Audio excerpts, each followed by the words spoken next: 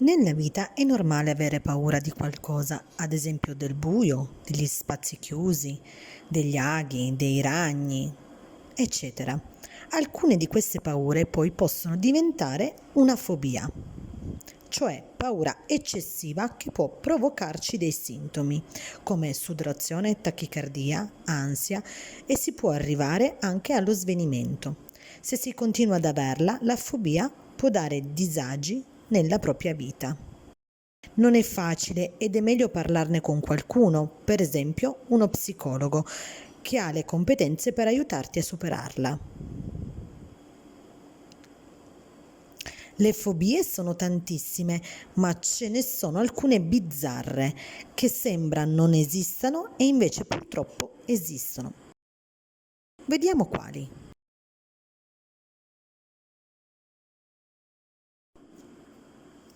Le fobie poco conosciute. Caetofobia. È la paura dei capelli, ma non solo, anche di qualsiasi tipo di peluria, compresa quella degli animali, che provoca repulsione e paura. Chi soffre di questa fobia in automatico non riesce a stare vicino a chi ha una folta capigliatura. In alcuni casi più gravi anche solo l'immaginazione scatena paura. Oppure non ci si riesce a guardarsi allo specchio o si arriva a strappare i propri capelli. Compounofobia. È la paura dei bottoni. Può derivare dall'infanzia con i genitori in apprensione,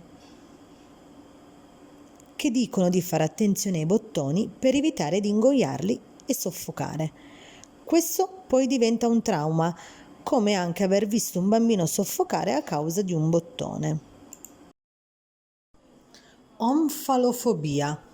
È la paura dell'ombelico e dà tanti disagi a chi ne soffre, perché anche solo toccarlo può fargli male. O può anche ipotizzare che toccando l'ombelico possano uscire le viscere interne, eccetera. Ciò crea disagi anche nei rapporti intimi, non si riesce a stare insieme perché l'ombelico sarebbe sempre visibile.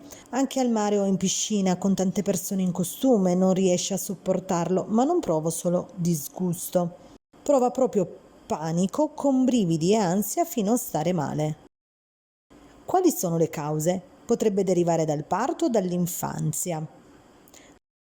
L'ombelico simboleggia il legame con la mamma e può far sembrare alla persona un distacco vero e proprio per cui non sopporta di vederlo. Questo può creargli disagi anche alla donna in gravidanza, perché al parto non sopporterebbe il cordone ombelicale e sarebbe un grande disagio.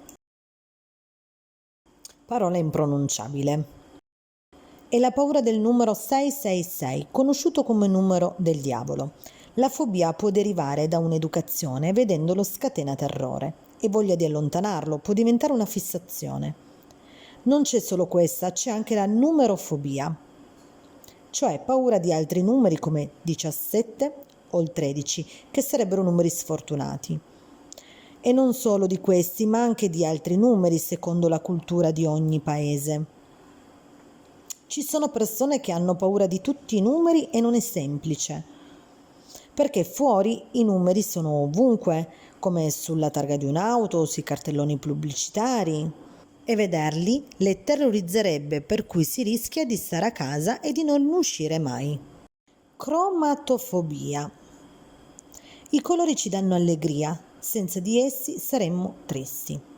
Ma questa allegria non vale per tutti. Ci sono persone che hanno la fobia dei colori.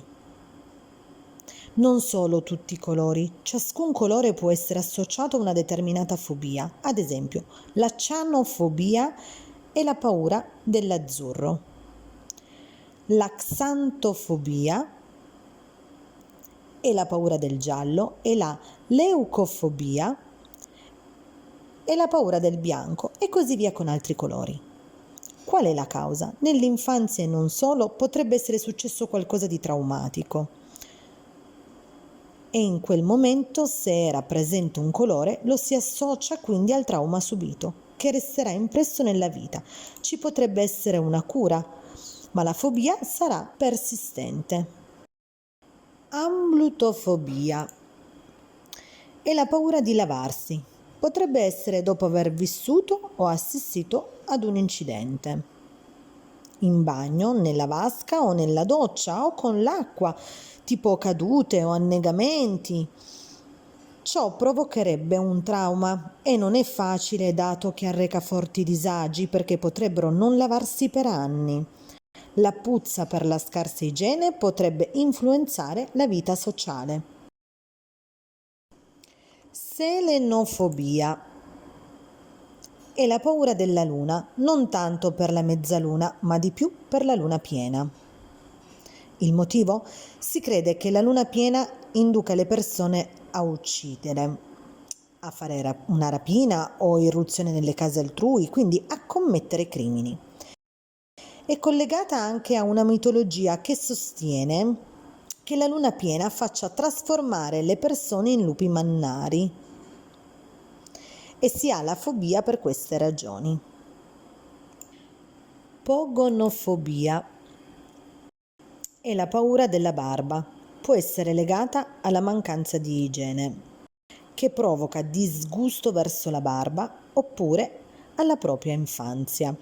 Il trauma sarebbe connesso ai personaggi barbuti e cattivi delle favole, per cui anche se si cresce la fissazione rimane. Si può avere la fobia anche per Babbo Natale. Venustrafobia è la paura delle belle donne. Chi ne soffre non riesce a interagire con le persone belle. Parlandoci provoca disagio o ansia. Potrebbe essere legata a un'esperienza infantile come la separazione dei genitori e la mamma forte e violenta per cui il bambino rimane traumatizzato. Quindi, vedendo una donna bella, si è convinti che è violenta come la madre.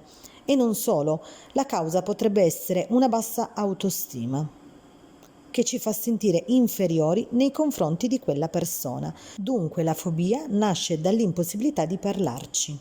Anatidaeofobia. Qual è questa paura? È proprio la paura di venire fissati da un'anatra, perché sembra ci stia controllando e seguendo. In realtà è una fobia inventata da un fumettista. L'ha inventata perché sostiene che ognuno è libero di avere una fobia, anche la più strana. Perché è normale ed è importante vederla sotto un altro punto di vista. Essere consapevoli e ridere della propria paura potrebbe aiutare ad avere meno timore.